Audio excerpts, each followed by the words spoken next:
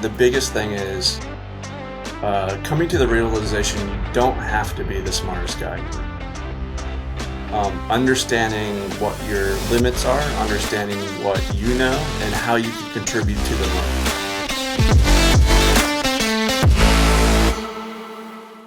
Welcome to the Business of Microsoft Partners podcast, where we empower the Microsoft community through conversations with leaders, practitioners, and consultants of Azure and Microsoft solutions. I'm your host, Scott Easton, the owner of Easton IT, and today I'm pleased to have with me David Steadman, aka the Steady Developer.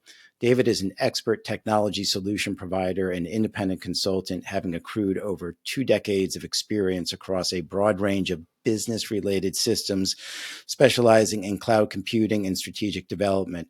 Both David's professional and academic careers have been firmly located in the intersection of networking, business administration, with a focus on program and project executive leadership. David, did you have ChatGPT write this? No. David's professional interests in cloud computing are centered around its capacity to infinitely expand business beyond brick and mortar facilities, reaching global markets and expanding market share like never before. David has held key leadership positions at Microsoft, DLA Piper, one of the world's largest law firms, and global consulting giant Cognizant. A key to David's success is his ability to effectively communicate from the boardroom down to the technical level.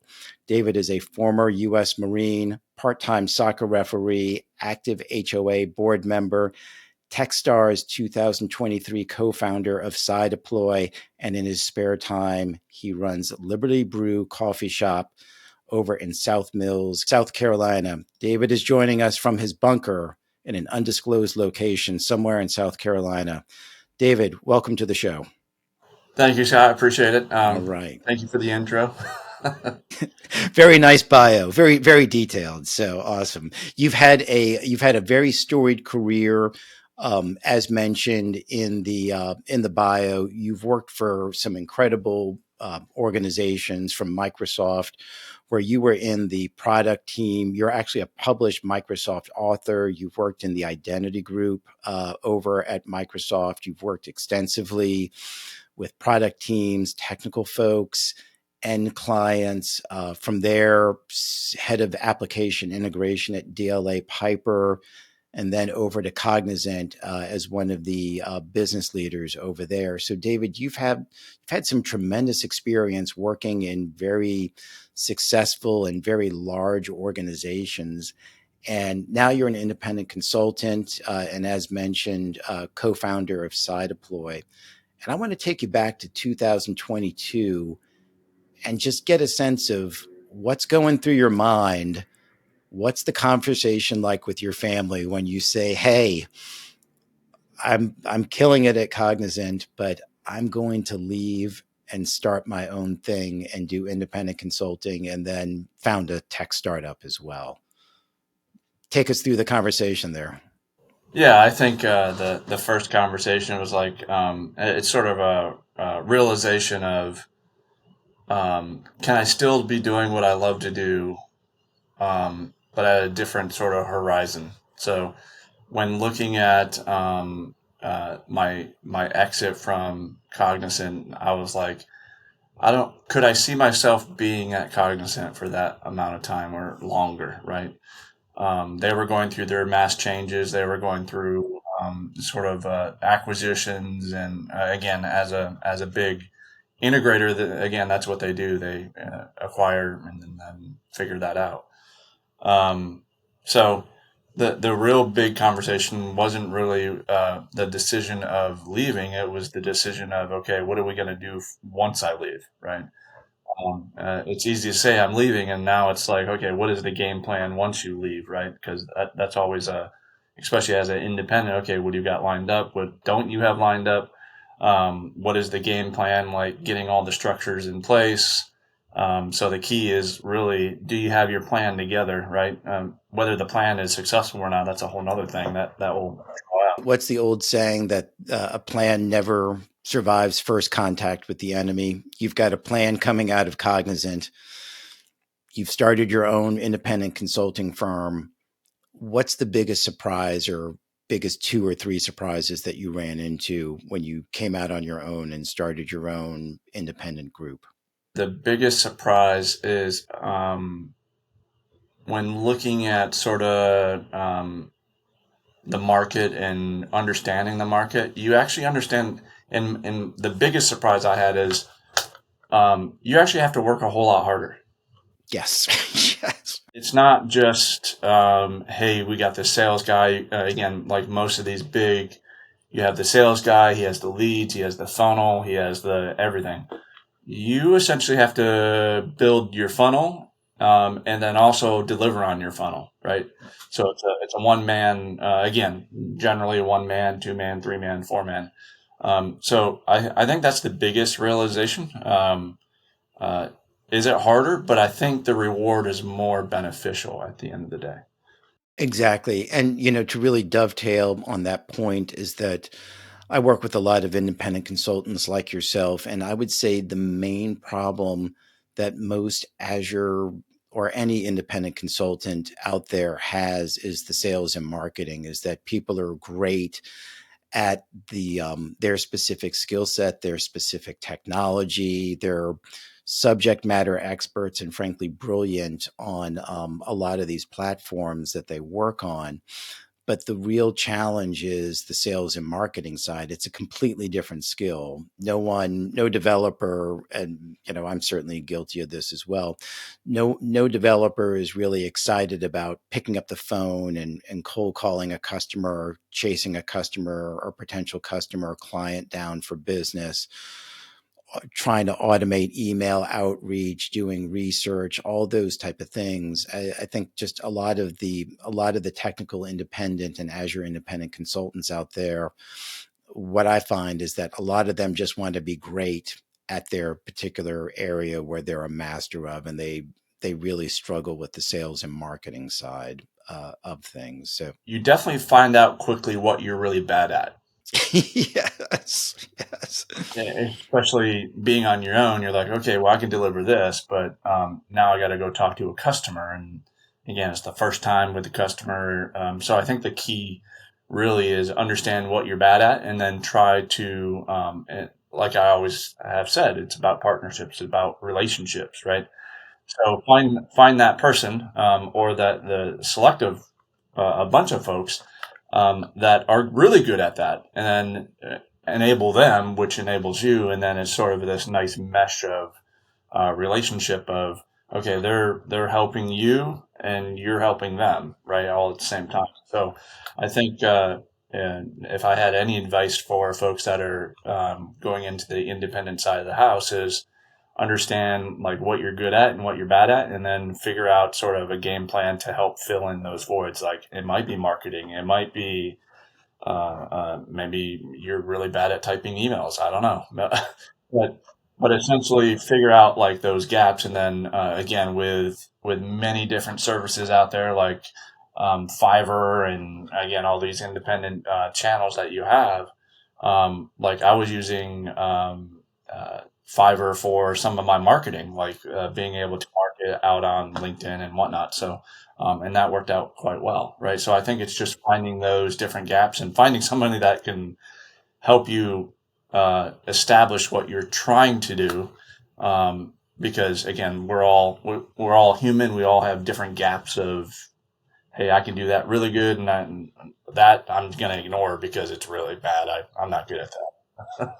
Even though I really don't do development anymore. And some people would argue that I was never really a developer in my prior life. But I lean very heavily on my virtual assistant, and I have a team that helps me out really on I have some help on the sales and marketing side. We have a contract sales development rep that works with us who does a lot of phone work.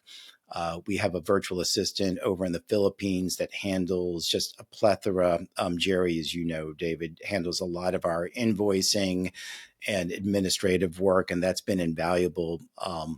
Just freeing my time up to just share a little bit of a story on my side is that I used to spend my Sundays just doing the invoicing and billing for the company. and I could literally spend 4 or 5 hours on a Sunday. And as soon as I turned this over to Jerry, it was a huge game changer. And I think that's where a lot of independent consultants really struggle, where they want to do everything themselves, right? That's, I think, part of the mindset of, hey, I'm on That's my just own. human nature. Yeah, I'll take care of it. And then the other thing, and I know I struggle with this, is that I'm cheap. I don't want to spend the money. I didn't want to spend the money for help, and I was able to get over that, and it was one of the best things that I ever did. Now, I want to switch this over or do a little compare and contrast. By day, you're an independent consultant, but then you've also got a startup, CyDeploy, where you're part of the TechStars program. You're building an organization. What's the difference in the approach with your independent work compared to trying to build an organization like CyDeploy in an entrepreneurial incubator like TechStars? Walk us through that and what it looks like. Yeah, from a startup standpoint, it's like anything that you're starting up, right? I would say a startup from again from a independent consultant standpoint is one, you're right out the door. Got your first contract. It's sort of that ad hoc sort of, hey, we're ready to roll. We're going. Paychecks are coming in and whatnot. But from a startup standpoint, that is not a startup. It's a software company, right?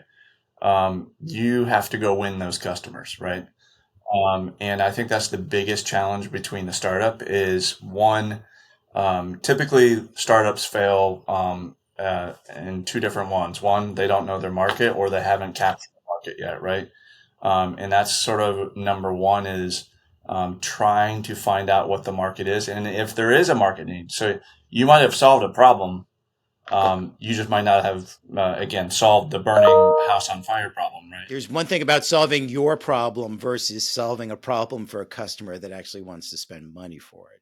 Right, exactly. So that I think that is the contrast between the independent consultant side is they're going to hire you to do X, Y, and Z, right?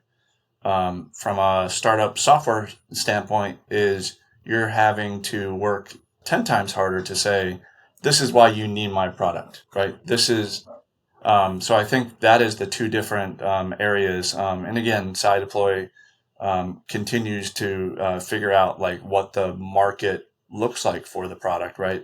How are they solving it, and then also is there a gap?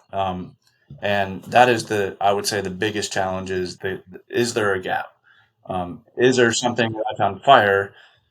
Because what we've found, right, just based on again what this journey that we've been on, is that there's a plausible market for it, but how many CIOs and CISOs really care, right? Again, because sometimes automating something doesn't mean it's efficient or ROI to say, hey, go hire somebody, aka the independent consultant, to go do that, right? Versus software to do it. So I think there's a fine balance between somebody going to do it and whether we're going to use software to do it. Just so the listeners are all on the same page, could you take a step back and just, very briefly explain what CyDeploy does and what problem it solves?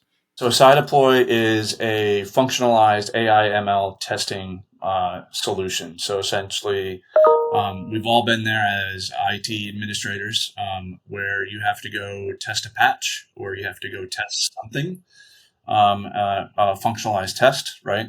You have that sheet of paper to say, hey, after whatever update, whether it was a patch, whether it was a security update, or whether, again, an update of some sort, uh, the solution we're proposing is that we do a digital twin of your system or your workload into a secure location, which in this case it's a Azure Bastion environment. From there, you can record your tests. So essentially, you simulate what your test is on your piece of paper. Hey, we went and checked this. We ran this script. We did this, or whatever it may be. And then from there, you can actually replay that test on multiple different nodes. So if you're pushing out different patches as it relates, you can see, okay, what is the impact to pushing that patch as it relates to the system itself. So, and that's using labeling and recording and AI ML. For our listeners who perhaps aren't super technical, why CyDeploy instead of, say, the traditional Azure DevOps or other type of off the shelf tools out there? Azure DevOps or some of the testing tools out there, you have to program, right? So the the solution we're building is actually, um, I would say, a step further from what I call the classic RPA, right? The classic RPA is you have to program it, you have to tell it to click on this area. And of course, if the machine is different, it blows up, doesn't work. So with our CyDeploy machine learning solution, it actually records what you're doing. And then from there, it actually looks at the recording, looks at exactly perceived what you were doing, and then puts that into an actual, what we call our test results or our recording results. And then from there, it displays a list of, hey, Scott opened up email, he sent an email, he did this. So it generalized it to simplify what was happening on the machine versus saying, hey, you clicked on run, you clicked on whatever. So it actually, the machine learning model says, it puts it in English, as I call it. It just puts it in simplified form.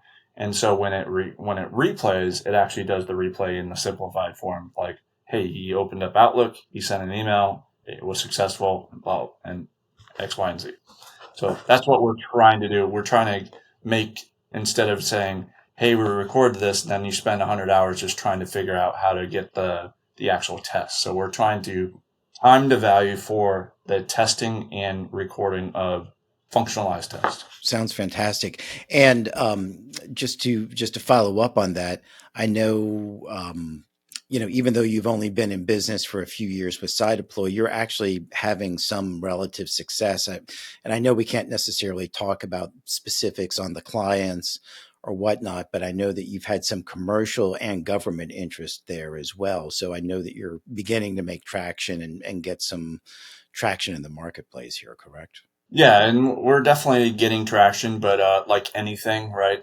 Time is always not on your side.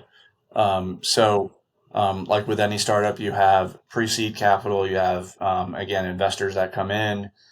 So there's always that timeline of, okay, how long can we get to the market, right? How long can we prove this out? But yes, we are starting to see the cracks in the road, as I would say.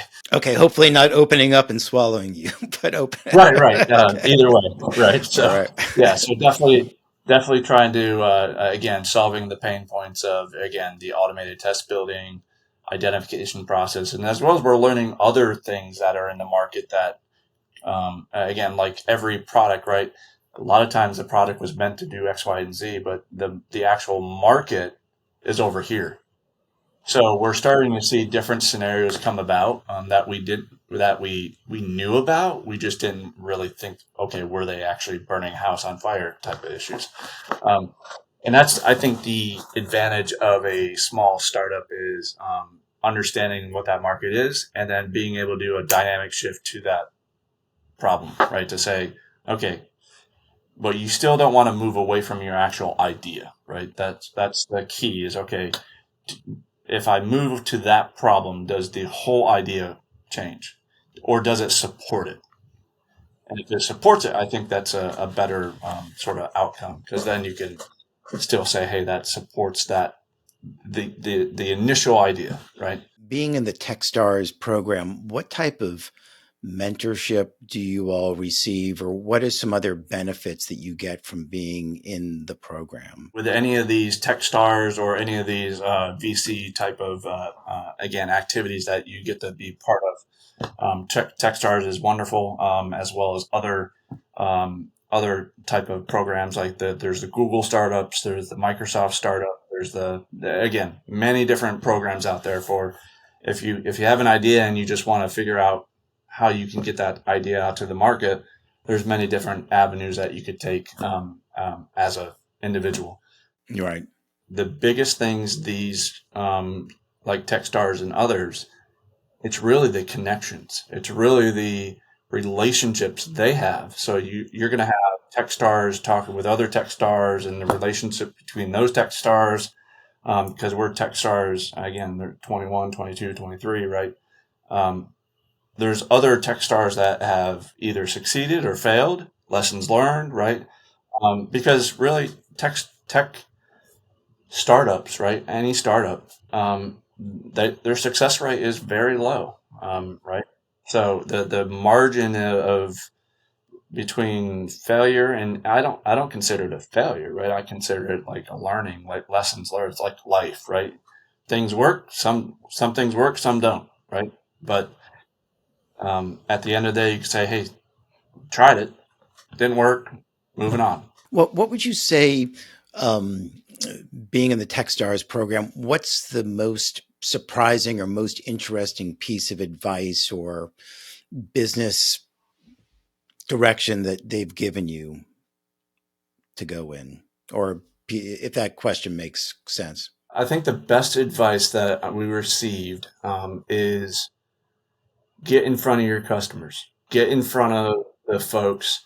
Um, if the people are sleeping and you're sleeping as well, essentially, for instance, everybody went on their Christmas holiday, right? Um, the key to really get in front of folks is taking that extra step.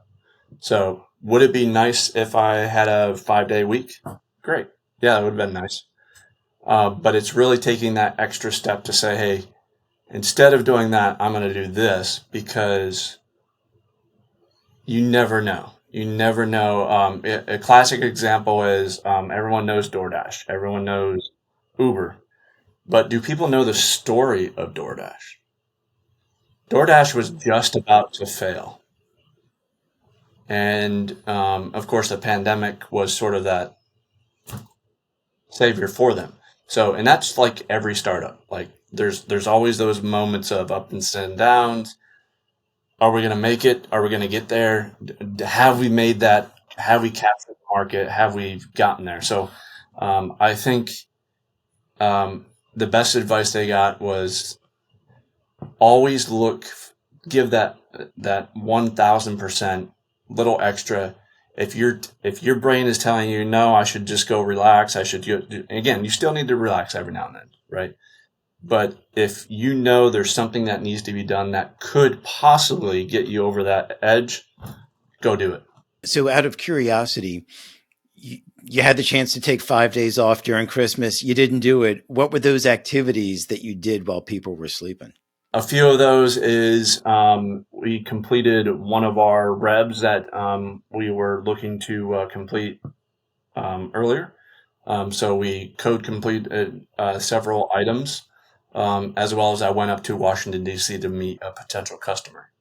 Um, so, and that was a 1-day trip. So I left South Carolina, drove up, drove back, just for that meeting. So, um, did I have to do that? But I think the answer is I didn't really have to. I could have said no, but you just never know. You got to strike while the iron's hot.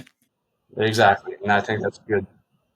So that I think that's key from a startup standpoint.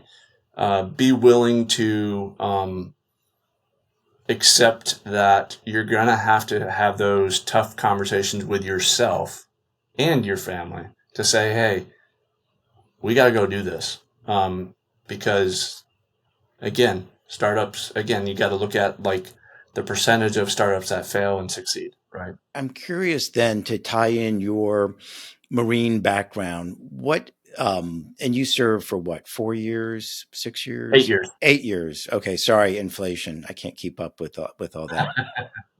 But what were some of the key things that you learned from being in the Marine Corps that you're able to now apply to your business life?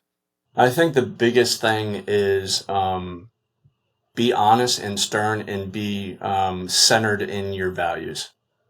And what I mean by that is the biggest thing that I've learned, and again, just in the Marine Corps, right, the leadership and the style that I try to do every day is be honest with your employees, be honest with your folks that you're working with.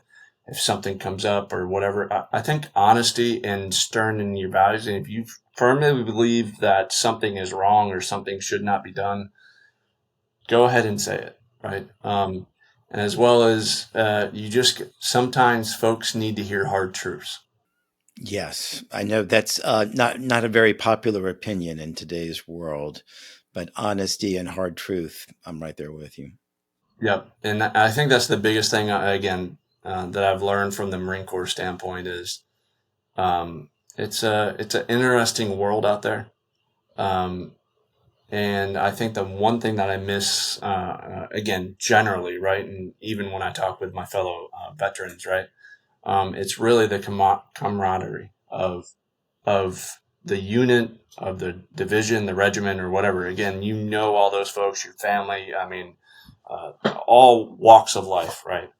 And then you get out in the civilian world and you get hit by a bus, right? Of reality that there's some folks that are great folks, and there's other folks that it's a whole nother conversation around those other folks. But I think that's the biggest thing, and as well as know who has your back, know who doesn't, and don't waste energy on the negative. Don't waste your energy on the things you're not able to control. Right. Yeah, it's certainly. I think that's the one thing for a lot of us in tech now. A lot, obviously, you and I work remotely, and uh, there are a lot of folks that we work with who, quite frankly, I've worked with for years, and some people that I've never met in person. And while we have great relationships, the camaraderie that you have being in person is very, it can be very different, and there is something about going through that shared struggle like you would in the Marines.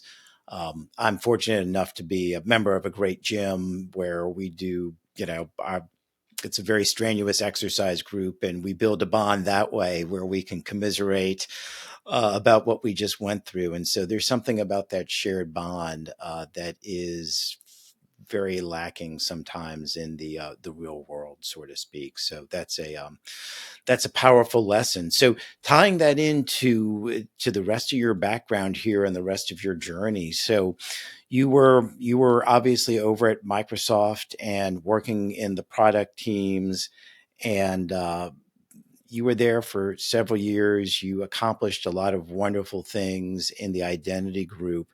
And I'm just kind of curious, as you moved from Microsoft, where you were more product focused, you went over to DLA Piper. What were some of the key experiences or key lessons learned that really helped shape your time at Microsoft? The biggest thing that I learned at when I was at Microsoft, right? A lot of great people, a lot of smart people. But like with any technical person that is coming up through the ranks, right? You want to know everything. You want to be the again. Um, and I think the biggest thing is coming to the realization you don't have to be the smartest guy in the room.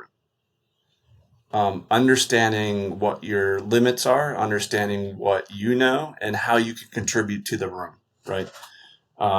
It's always good to be the guy that goes into the room, and maybe you, on that particular topic, maybe you are the smartest guy in the room. But I think going into different rooms with many different walks of life, it's good to be reserved and let other folks in the room share their ideas because maybe they are the smartest person in the room, right? Without even knowing it. Do you think that there is an inherent resistance in a lot of technical people to have that humility to say, I'm not the smartest person in the world? I mean, quite frankly, there are a lot of egos in our business where there's a lot of fear. Yeah, I think there's a lot of fear in if you're not the smartest. I think there's a misconception that because if you're not the smartest person in the room, you don't get the deal, right? Or you don't get the collaboration, or you don't. Again, they're probably have a fear of okay, they're not going to come to me when there's a question or a problem or whatever. But I think once you realize that you start forming relationships with folks that are the smartest people in the room, um, it's interesting to see how small the world really is um, with even just the amount of folks there are, right? But if you can. have the control to say, maybe I don't talk first in this meeting, right? Because we all know that person that's going to come in the room and they throw it out on the line, and like five of the folks in the room are like, why am I here? Right. Right. If this is the collaboration where you're going to give all the ideas and all the things, why am I here? So I think we've all been in those meetings where they're like, why am I here? Because apparently Jimmy John already knows everything that needs to be done. So why am I here? Um, AKA back to the point. Don't worry about what you can't control. Right? You can't control the guy that is the smartest guy in the room. So I think uh, it's it's beneficial once you figure out how to do that. It makes collaboration a whole lot easier. It makes life a whole lot easier where you don't have to worry about that type of stuff, right? Again, I know a guy, he has, I don't know how many different certifications and whatnot. Good on him. Great. Awesome. But he still calls me for things that he's trying to sort out, figure out, right? It's great that he's got that humility to ask for help. Exactly, exactly. And I think, again, I call him for questions, right? So I think it's a good back and forth, but we're never thinking about, okay, you're the smartest guy in the room. It's like, it's truly a collaboration. Okay, help me sort this out. Help me figure this out, right? He knows my background. I know his background. And it's just really a good partnership. And I think that's what you start to figure out is how to help the other person on the other side, right? On different scenarios, right? Hey, I know he used to be able to do debugging. I know he used to do performance, because again, there's some really smart people around the area, and it's just a matter of figuring out how to tap into those folks and understand what your role is and what their role is, and then figure out how you can sort out the problem. Exactly. Now, you after Microsoft, you moved to DLA Piper, and that was really a different experience where you went from working for Microsoft at the product groups, and now you're really moving more in a customer role, if you will, consuming technology. You were producing technology before, now you're actually implementing it. What were some of the challenges right off the bat that you ran into at DLA Piper compared to being at Microsoft? Yeah, I think the biggest challenge I ran into there is law firms are unique. I'm going to, again, having looked back, law firms are definitely unique. There's more than one boss at a law firm. All the different partners, right? Yeah. Every partner is your boss. Right, right. So, and as well as there's a lot of seasoned folks that are there, right? So they all have their idea that it's almost like a mini government, I guess you could say. Boy, okay. I think the biggest lesson again is, um, and it's good because I took it from the Microsoft lesson of don't be the smartest person in the room. The first month or so, I just looked at sort of the team, figured out like the who's the key folks, and formed those relationships. Like I didn't want to come in just sort of guns a blazing, like what are we trying to do here, right? And then slowly sort of implemented the strategy, right? The strategy that has worked for me and many teams of getting things done, unblocking things, figuring out sort of the gaps, um, uh, getting, again, that was when DevOps was really hot and everybody was selling DevOps. And again, I correlate like DevOps is great, but the DevOps strategy is not one shoe fits all, right? It has to be implemented on a per team basis, figuring out the strengths of that team, figuring out, well, one, I think anyone can agree that um, to have a DevOps team that is sort of in that same structure, a company has to invest a whole lot of money in many different people just to fill the actual little square boxes that they show on the strategy, right? Um, and we all know companies are not going to spend all that money to do that, right? So you have to figure out, okay, what works, what doesn't work in that model, right? Figuring out the model and then figuring out who you have to help assist in that model. So to follow up on that, when you say help with that model, was that getting buy-in from the non-technical people? Was that getting buy-in from the technical folks? Was it both? It's both. It's definitely both because if you're not familiar with the DevOps model, or again, we're going to release more every 2 weeks, or we're going to unblock, we're going to do scrums, we're going to do this, that. So it's really the buy-in is also not only from the leadership, because as you know, everything is driven from, again, what I call the smart folks in the room, right? The key folks in the room that are actually, um, they've been there for eons, right?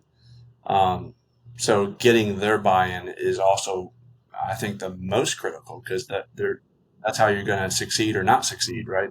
Is by them either gaining, we could have done that better. This is how we could do it better. I don't have to worry about X, Y, and Z, right? Whatever the situation is. So I think, um, yes, you still got to get leadership buy-in. But you also need to make sure that the teams you're working with are comfortable and they understand and they have the tools to figure out what you're trying to do and understand the why. Right? I think always understanding the why. Like, why am I doing this? Like, it doesn't make sense. What is your approach there? Is that per audience or is it more of a general approach? I think it's per audience. But it always comes down to the same thing. Like, why? The why. Like, it's not really the what, it's the why. For some areas, it might be specific business outcomes. For others, it may be financially driven. For others, it may be technical. It may be technical, it may be time savings, right? And maybe, and all those sort of interact together, right? It's time, it might be efficiency, it might be cost, at the end of the day, it's all depending on your audience how you present the why. Well, you've certainly had quite a career. You've been all over. Well, I shouldn't say all over, but you've worked for some wonderful organizations. You've got your startup. You're doing independent consulting for Azure security on the side. And with everything that you've got going on, you decided to start a coffee shop as well. Tell us about Liberty Brew, since you. When do you sleep, David? I guess that would be, I think everyone is asking. How many hours a night do you actually sleep? A couple hours. Okay, there you go. Okay. Yeah, this was another idea, sort of inkling that I wanted to do, and I don't. I think for the whole reason I started Liberty Brew was really around being able to give back to the community, right? The key, again, also having a great cup of coffee. That was the first thing. But the second thing was really how can I tie a service um, that is providing a service to the community, which is coffee and baked goods and whatnot, but also tie that to a mission. And the mission is really around giving back to those veterans that, again, I'm part of the American Legion, again, lifetime member, but also how can we give back to the surrounding community, whether it's donating, again, just last year, again, we started our coffee business in July. Again, it was prior to that because we had to build out all that, but essentially, officially, we opened the doors July. And since July to December, we were able to give back over $5,000 to the community. So I think it's really, as long as we're doing things that are tied back to the mission, and the mission is really to give back to the community. And again, running a coffee shop is not easy, right? There's things that have to be done in the back end, the back side of again, what I call the boring stuff, right? Um, but as long as the team, I have a great team, right? We have a great set of baristas, and of course, my wife is also a co-founder with me. She supports everything I do. That's fantastic. That's awesome. But really, at the end of the day, whenever there's an idea that comes up, I always have to, the question that I ask myself is, how is this tied back to the mission of Liberty Brew, right? The keyword liberty, right? The keyword of why are we here, right? And the here is, how are we giving back to that community, or giving back to the veterans, giving back to the first responders, right? Or giving back to just general folks that need help within the community, right? Whether it's a church, food drive, or whatnot. And I think that's sort of taken hold. Again, we're in the slow season right now, but again, every business has a slow period and really, let's just call it a heavy season. I'm surprised to hear that there's an actual slow season for coffee. That seems like that would be a year-round type of thing. And I mean, especially in January, I would think there would be more coffee drinkers. It's really dependent on people moving, right? So it's all about the people, right? So if you're downtown, and it's really around like the movement, so location, right? But especially like here within the where I live, where the coffee shop is right now, it's a tourist town, right? General. So the only foot movement that you're going to have are the locals, right? And of course, as we all know, we have schools that are in session. You have holidays. So there's the peaks and valleys as we are. But the biggest sort of going up is really like the March, April, May, June, July is sort of the hot season, right? That's when all the extra foot traffic come in. So it's really, it's not per se like coffee, because that's really steady. Like if I looked at my numbers, it's steady, but we definitely have those huge jumps, and they're all correlated around an event. So I can name sort of what was going on during that peak, and I can name exactly what happened when it went like this. And it's all tied to different sort of events and sort of that human sort of, hey, school just started and nobody wants to do anything after school. Before school, right? They're like, oh man, I have to get up. How many locations do you have now, and how many locations are you ultimately hoping to have? So we have one location, and that's sort of our prime location. We just launched our what we call our coffee trailer. So we're going to adventure and test out that trailer market. But again, the coffee market is saturated, right? There's a lot of coffee here and there. So, and that's where the value in the brand come into place. Our first 6 months, we've been working on the brand. We've been working on why are we here, right? Of course, we want a great cup of coffee, but also the why. The mission. People buy more into the mission than, hey, we got the best coffee ever, right? They look at the human side of it, right? What are you doing to help the community, right? What are you doing to connect?